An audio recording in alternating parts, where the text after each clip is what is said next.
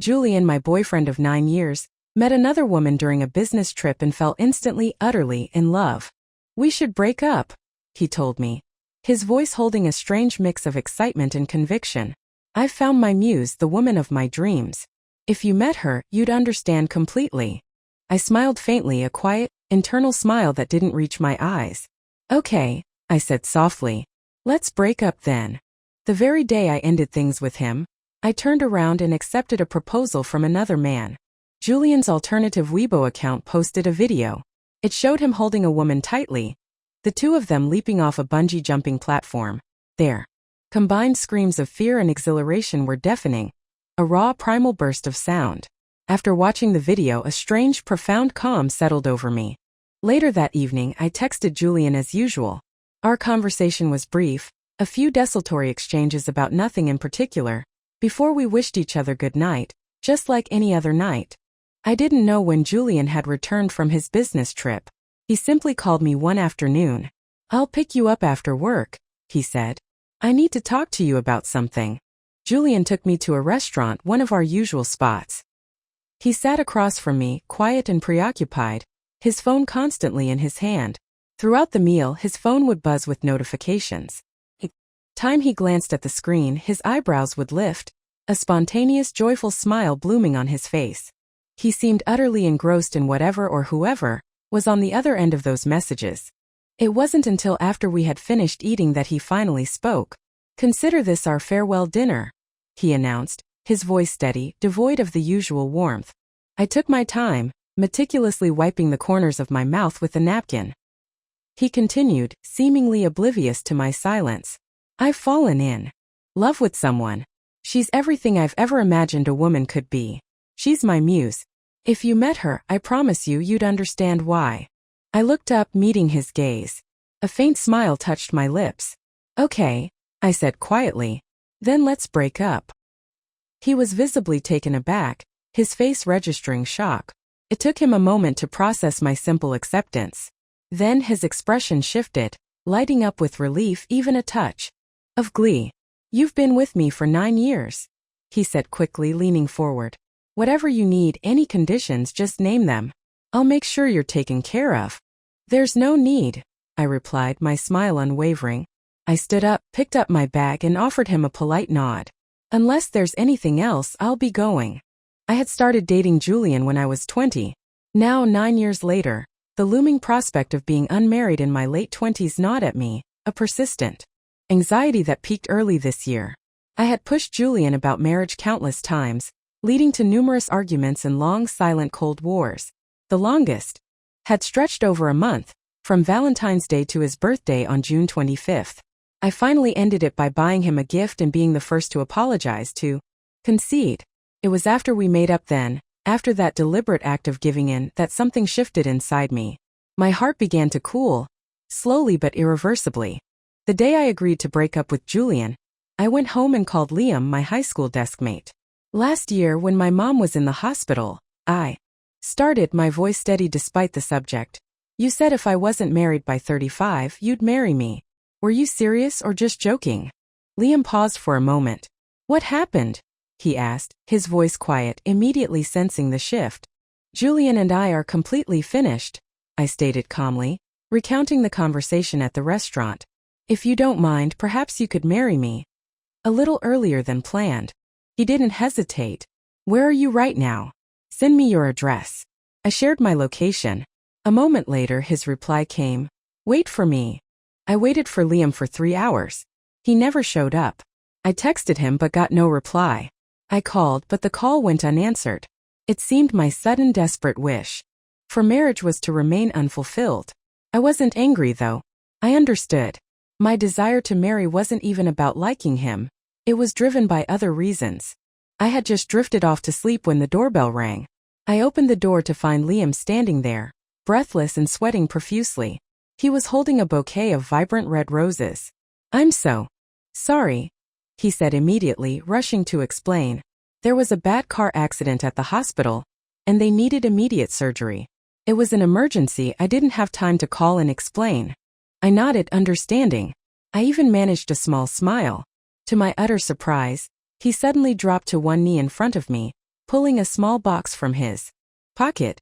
He opened it to reveal a simple, elegant diamond ring. "Elara," he asked, his voice earnest despite his disheveled state, "will you marry me?" The previous year, my mother had been diagnosed with early-stage lung cancer. Julian was away on a business trip at the time, unreachable and unavailable. Feeling completely lost and overwhelmed, I had posted a message in our high school alumni group. "Does anyone know someone at the People's Hospital?" Liam, whom I hadn't spoken to in 5 or 6 years, replied immediately. "I'm a doctor at People's Hospital," he messaged. "Add me on WeChat and tell me what's going on." Liam had been incredibly helpful, arranging for specialist consultations. My mother had surgery at the end of the year and was recovering well. Throughout her hospital stay, Liam visited her ward whenever he had a spare moment. His presence had been a quiet comfort during that difficult time, and he and I slowly reconnected. One evening we were sitting on a bench in the hospital corridor talking. The conversation naturally drifted to Julian. "You've been with your boyfriend for years, right?" Liam asked, his tone gentle. "I never saw him come visit your aunt." I was deeply disappointed with Julian then, but I still felt obligated to cover for him. I forced a smile. "He wanted to come back," I said, the words feeling hollow, "but he couldn't. His work trip was really important. He couldn't leave until it was finished." Liam nodded slowly. After a moment he said, "Your aunt isn't in the best health. It's a blessing the cancer was caught early. She got a second chance. I've heard her mention several times how much she hopes you'll get married soon, that she wants to hold a grandchild." His words hit me hard, echoing the silent weight of my mother's worries. I had tried to hide how truly unhappy I was about my relationship with Julian, but my eyes betrayed me, filling with tears despite my efforts.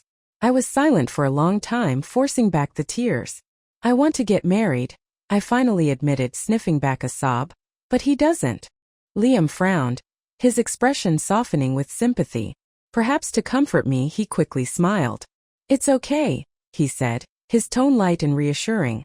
"You'll get married eventually. If you're not married by 35 and he still hasn't proposed, come find me. I'll marry you." His words, meant as a joke, a lifeline in that moment of despair, had made me laugh through my tears. I accepted Liam's proposal. He seemed half convinced I might change my mind, so the very next day, he practically whisked me off to the Civil Affairs Bureau to get our marriage license. After we had signed the papers and emerged officially married, he pulled me close. We each held our marriage certificate, smiling broadly for a photo he took on his phone. "From today on," he said, beaming at me, "you're my wife." On the way back, Liam was driving. I was scrolling idly through my phone. By chance, I saw a WeChat Moments post Julian had published just a few minutes earlier. "My muse," he wrote. The picture showed him and Serafina, holding hands, gazing into each other's eyes, radiating happiness. I recognized her instantly. She was the woman from the bungee jumping video.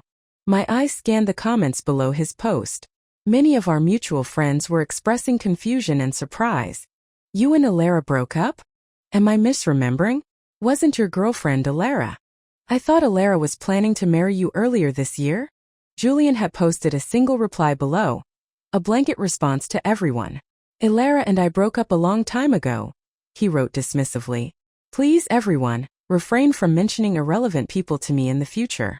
My girlfriend might get upset."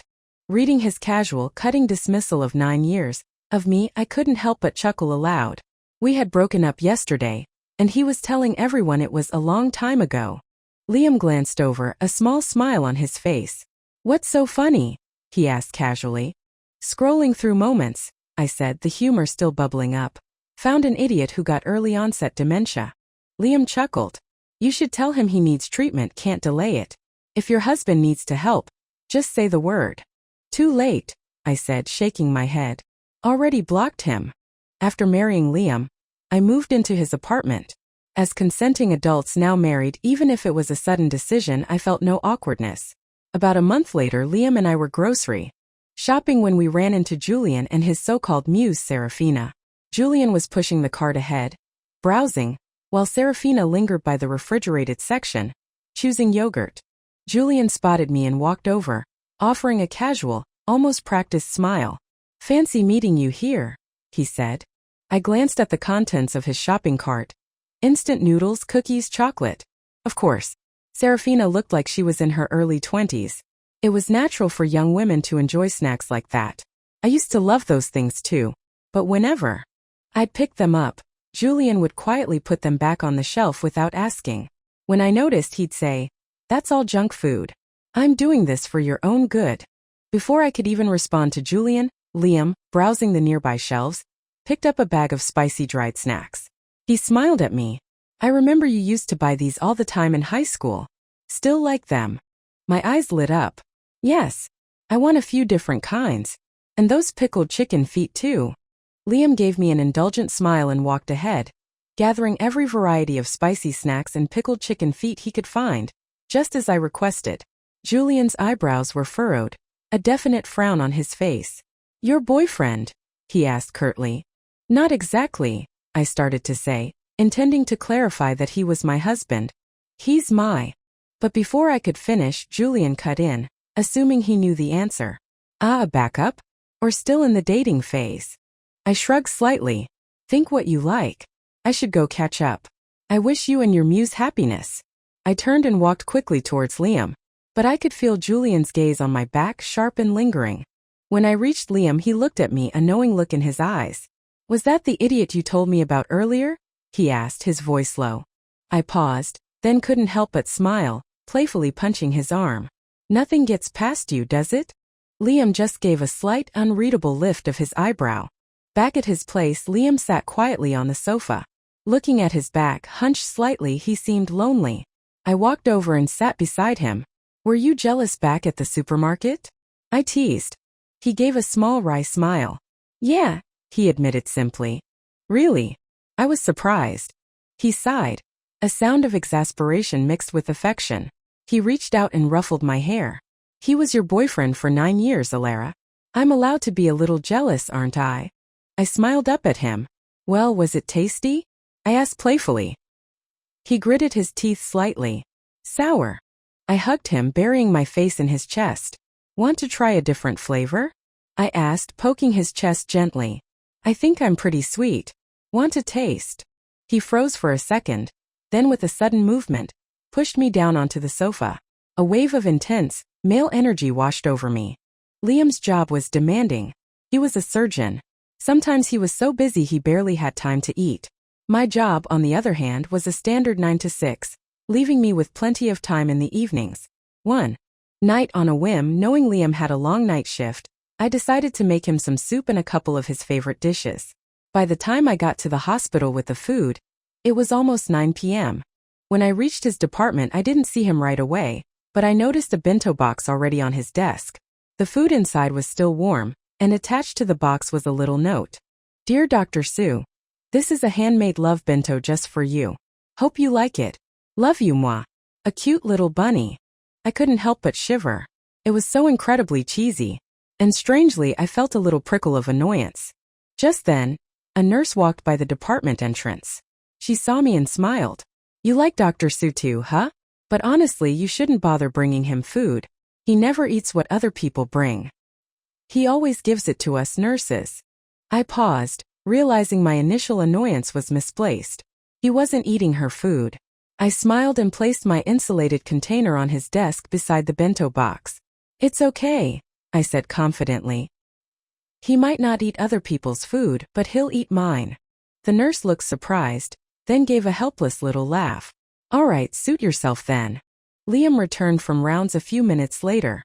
When he saw me in his office, his face lit up. "Alara, what are you doing here?" I patted the container on his desk. "Thinking about your long night shift. Made you some food." He grinned widely. "Now you mention it, I'm suddenly starving even though I just ate dinner." He walked over, opened the container, and inhaled deeply. "Smells amazing." But then his eyes fell on the bento box with the sticky note. His expression stiffened. I smiled watching him. "Dr. Sue," I teased gently, "care to explain?" He sighed, looking resigned. "Just some girls from other departments," he said. "They like doing this kind of thing. And they always bring it in when the office is empty." I raised an eyebrow lightly. "But giving away other people's food, isn't that a bit wasteful of their effort?" Liam chuckled. Wasting food is shameful. Whether or not I waste someone's effort, that's not really within my scope of responsibility. He ate a few mouthfuls quickly, took a large gulp of soup, then froze. How did you know I gave the food away? Before I could answer, the nurse who had spoken to me earlier walked back in. She stopped dead in her tracks, eyes wide with disbelief, when she saw Liam devouring the food from the container. I looked at her and smiled. See, I said lightly. I told you he eats my food. Liam looked up at the nurse, his mouth full. This is my wife, he said casually. The nurse stared at me, then at him, her eyes enormous. Dr. Sue, you're married? Liam, still eating, nodded. Yeah. What do you need? The nurse finally recovered her composure. Patient in room 48 needs you. Liam nodded again, still eating. Okay, I'll be right there. He quickly finished a few more bites, then looked at me, a smile in his eyes. Wait for me, okay? He stood up, tall and confident in his white coat. As he walked down the hallway, the coat billowed slightly behind him. He looked incredibly handsome. I watched him go, lost in thought. I had never really noticed before how incredibly handsome Liam was. I waited for a long time, but he didn't return. Finally, the same nurse came back, her face full of warm sympathy. Dr. Sue's wife, she said. You should go home for tonight. We just got an emergency call, and Dr. Sue had to leave with the ambulance. He didn't have time to let you know. He was truly busy. But I didn't feel disappointed at all. Instead, I felt a surge of pride being the wife of a doctor like him. Liam didn't make a big deal of being married at the hospital, but he also couldn't announce it to every single person he met. So, on one of his days off, I took him to a jewelry store to buy a men's wedding ring. He usually had to perform surgery, making wearing a ring impractical. But I had a condition. I don't expect you to wear it all the time, I said, smiling. But for this week, keep it in your pocket. Whenever you run into those girls who like you, take it out and put it on. A look of pure delight spread across Liam's face. He beamed. Okay, he said readily. Whatever you want. About 3 months later, one night, we had just finished a particularly passionate moment, the kind that left you breathless and exhilarated. My phone buzzed. My cheeks were still flushed, my breath coming in gasps as I reached for it. It was a text message from an unknown number. How are you doing these days? I knew almost instantly who it was from. Julian. Over 9 years we had broken up and gotten back together countless times. I had blocked his number repeatedly, and each time he wanted to reconcile, he would start with a message like this from a new number. Then my phone started buzzing incessantly, message after message flooding in. I think you're still the one I love most. I shouldn't have been so foolish and broken up with you. Can we get back together? We were together for 9 years. You can't just let go of 9 years of feelings, can you? If you're willing to get back together with me, I'll consider getting married. Liam, lying beside me, his arms still around me, stirred. Why is your phone buzzing so much? He murmured, half asleep. I handed him my phone directly. See for yourself. He took the phone and read through Julian's messages, one by one. Then a cold, mocking smile touched his lips. He said nothing. I should just block him, I said. No need, he replied calmly. Just put it on silent. Let him send whatever he wants. Even if you block this number, he'll just get a new one and text you again. When I woke up the next morning, Liam was still asleep beside me. I reached for my phone. Julian had sent over 30 messages after I put it on silent. My eyes settled on the last one. If you're willing to get back together with me, I'll consider getting married. What are you looking at? Liam's voice, rough with sleep, came from beside me. His eyes were still heavy with sleep. I handed him the phone. Smiling. The idiot says he wants to get back together, even says he'll consider marrying me. Feeling a strong sense of crisis, Mr. Husband. Liam took the phone, read the message, and a cold chuckle escaped his lips. He quickly typed a reply. Get lost. I wrapped my arms around his neck, still smiling. Are you angry? He gave a slight, lopsided smile. Not angry. Just regretting I didn't move faster to marry you. I buried my face in his chest, my voice soft. It's not too late now. But a lot of people still don't know we're married, do they? Should we post something on Moments? Liam looked at me, surprised. Are you really willing to announce it? I was confused. Why wouldn't I be? The slight shadow in his eyes vanished, replaced by a radiant light. He smiled and pulled me into a tight hug. "I've been worrying about nothing all this time," he murmured into my hair. "You're so good." A minute later I posted on Moments. "Mr. Sue," I wrote, adding the photo of us holding our marriage certificates. "Please guide me through the rest of our lives together." About 2 or 3 minutes after I posted, a mutual friend of Julian and mine called me. As soon as I answered, I heard Julian's voice. On the other end, filled with despair and accusation. "That picture on your Moments is fake, right? Are you doing this to provoke me?" Julian's words genuinely made me laugh. "Can you fake a marriage certificate with the Civil Affairs Bureau's official stamp? Show me how you do it." He wasn't giving up. "But we just ran into each other at the supermarket last month. You weren't even together then. He wasn't even your boyfriend." I let out a short mocking laugh. "Who told you we weren't together then? The night I broke up with you, my husband proposed to me. The next day we went and got married. When I liked Julian, I thought he was exceptional in every way. Now for some reason, whenever I thought of him, the word idiot came to mind. Then I looked at the man beside me, his hair a mess from sleep, yet somehow still radiating a calm, almost ascetic aura. Ha! My eyes must have been truly blind before."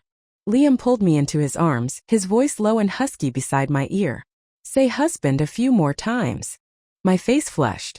"I haven't hung up the phone yet." Liam's lips curved into an even wider, happier smile. "I don't care. Say husband to me again. A few more times." On the other end, Julian must have heard Liam's voice. He hung up immediately, likely fuming. I put my phone down and Liam gently pushed me back onto the bed.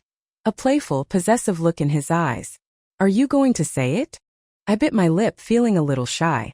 After we got married, I hadn't actually called him husband before. The word had just slipped out when I was talking to Julian. He narrowed his eyes slightly, smiling. "If you don't say it soon, I'm going to make you." I quickly wrapped my arms around his neck, forcing myself to say it, my face hot. "Husband," I mumbled, then finding my voice. "Good husband. My dearest husband. The best husband in the world." Liam was incredibly easy to manage. As soon as I acted even slightly coy or playful, he would completely melt, surrendering unconditionally.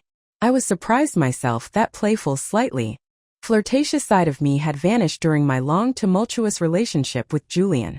That draining on-again, off-again 9-year relationship had worn me down, making me lose myself.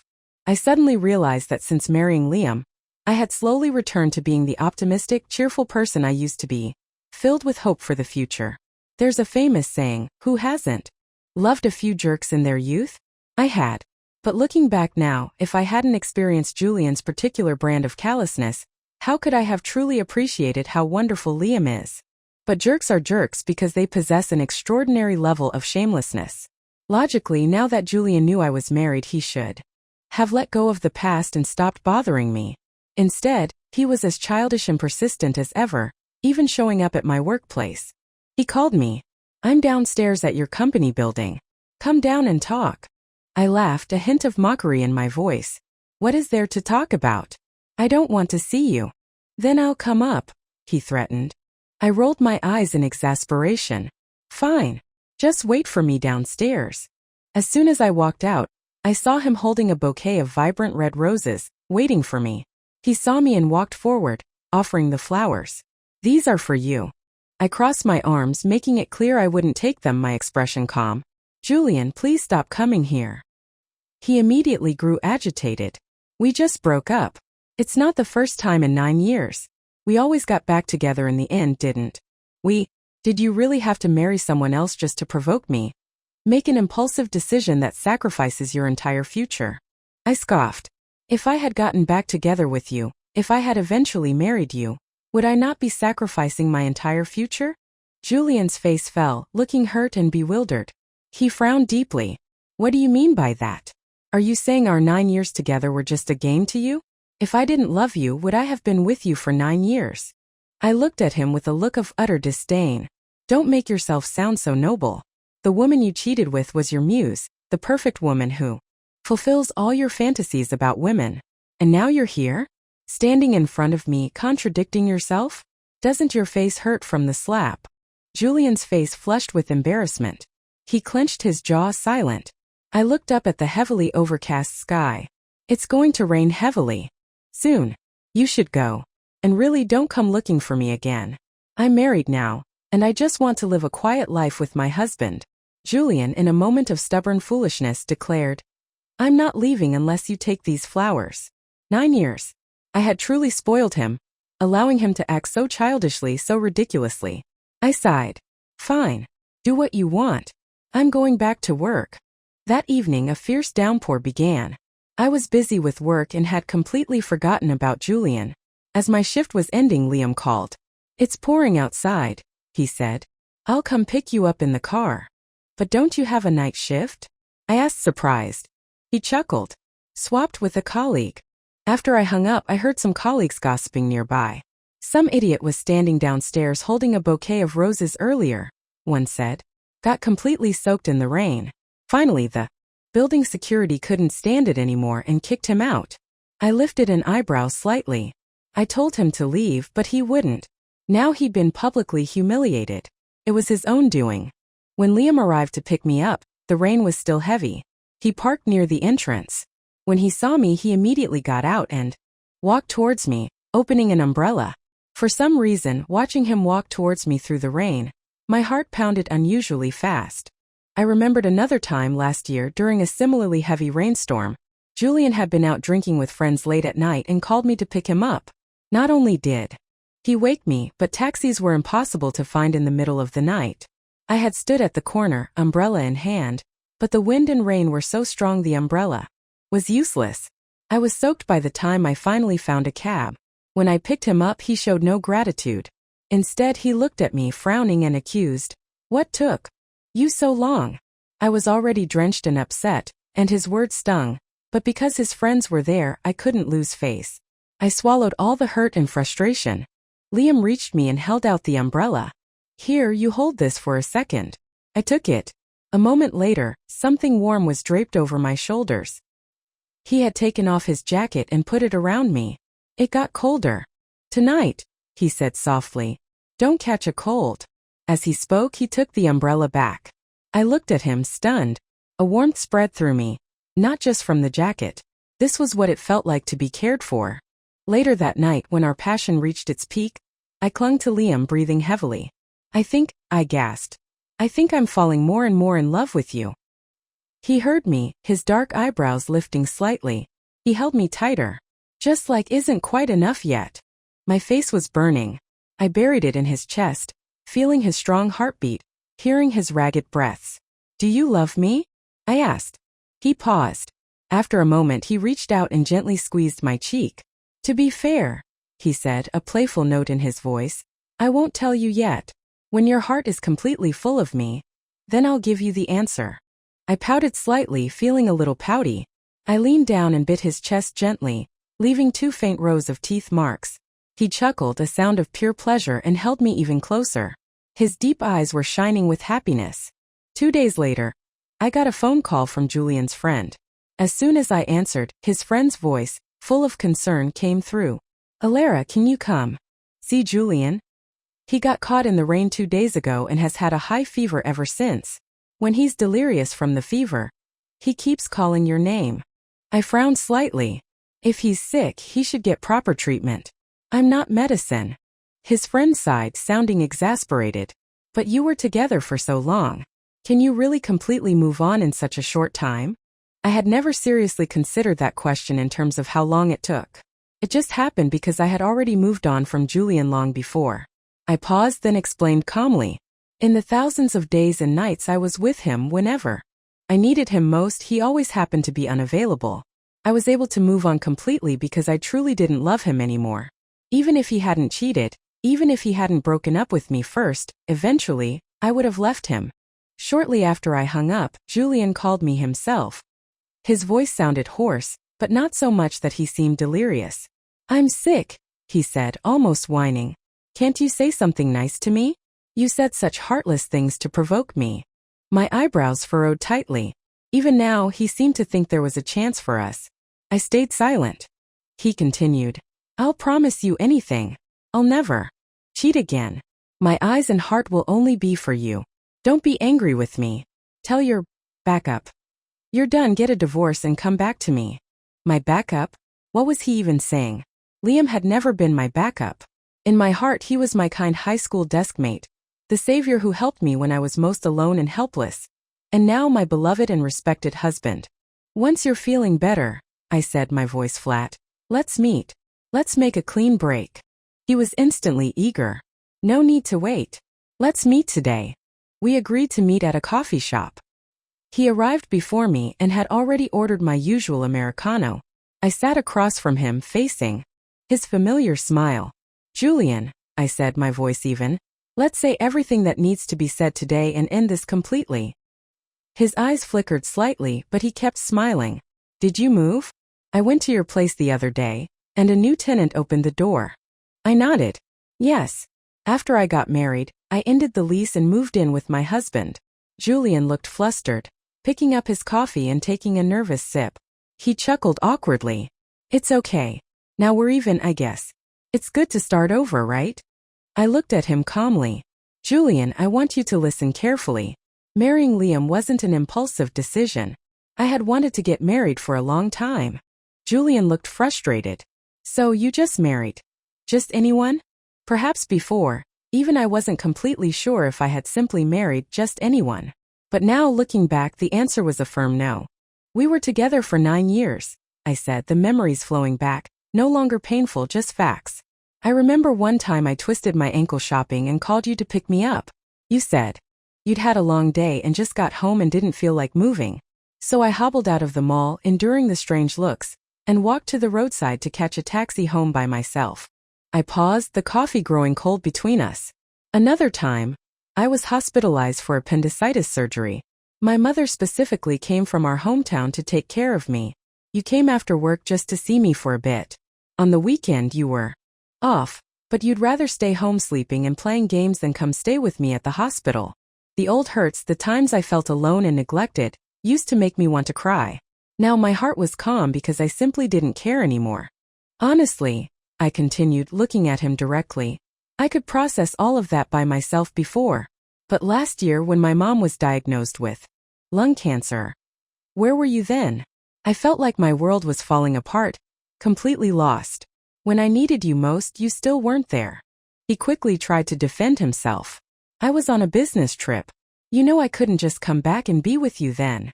I smiled faintly, a sad, understanding smile. Yes, you couldn't be with me. But you did return to the company office a few times in between the trip. You were so busy. So busy that even when you were back, you didn't have time to come to the hospital to see my mom, not even to just drop something off and leave. Instead, you kept telling me you couldn't come back at all. Julian's lips parted, but no words came out. He lowered his head in silence. The reason my heart had completely closed off was years of building hope, only to face disappointment again and again. After a while, the numbness set in, and then slowly the love faded. Earlier this year, I had pushed for marriage partly because of my age and my mother's health. She wanted to see me married and holding a grandchild. At the time, Julian was my boyfriend, and naturally I expected to marry him. I was lucky he didn't agree. Thinking back to my mother's cancer diagnosis last year, the memory still brought a lump to my throat, a lingering ache. I sniffed, my eyes red-rimmed, but I smiled. When I was completely lost, it was Liam who stayed by my side. He found the best specialists for my mom, visited her ward whenever he could. When I was upset, he was the one who comforted me, who made me laugh. Julian suddenly clenched his fists, his eyes dark with resentment. He was just taking advantage of the situation.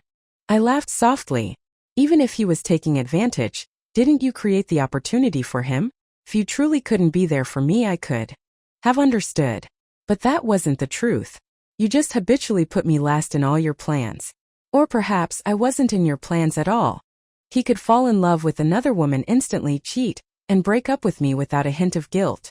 And then, when the novelty wore off, he simply assumed that if he wanted me back, I would return to him as a matter of course. Love takes many forms. Sometimes loving someone makes us lose ourselves. But sometimes, loving someone inspires us to become our best selves.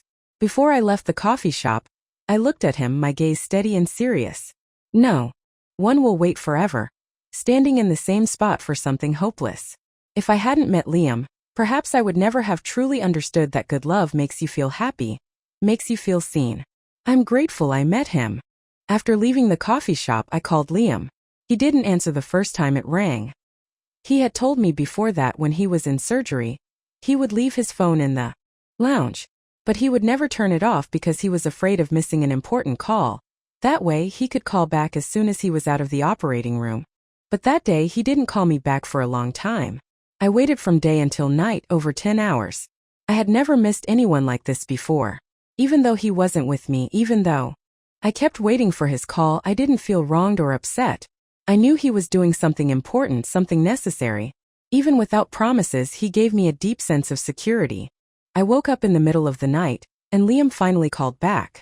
"Sorry," he said, his voice rough with exhaustion. "Just finished up now. Had to call you back." I chuckled softly, my voice still thick with sleep. "What happened today?" "So busy. There was a big car accident on an elevated highway in the East District," he explained, his breath still heavy. 3 critical patients. But we managed to save them, thanks to the efforts of the whole department. I could hear the fatigue in his voice. He must have called me the moment he got out of surgery. "Did you need something when you called today?" he asked. I pressed my lips together, feeling a little shy, a little vulnerable. After a moment, I gathered my courage. "Nothing important," I said softly. "I just suddenly wanted to tell you. I love you." He fell silent. After a long pause, his voice was filled with wonder. "You know what?" he murmured. I suddenly feel completely awake, full of energy again. I didn't understand what he meant at first. Later, I learned he had been in surgery for 11 hours straight. In those 11 hours, he hadn't eaten a single bite, only had some glucose solution. By the time he came out of the operating room, he was exhausted, dizzy, his legs unsteady. But the very first thing on his mind was calling me back. Soon after, Julian sent me one last text message. "I'm sorry," it read. "I was wrong." After reading it, I deleted his number for good. I knew this time he wouldn't get another number to find me. 3 months after Liam and I got our marriage license, he surprised me by arranging a beautiful wedding ceremony. On the night that symbolized our new life together, he lay beside me, holding me tightly in his arms. His warm breath stirred my hair. He told me his biggest regret was not confessing to me right after high school. By the time he finally gathered the courage, I was already with Julian. He had dated other people after that, even genuinely loved them for a time. But somehow, his path always led back to the beginning, back to me. He said he never ever thought that one day he would be lucky enough to meet me again and walk beside me for the rest of our lives.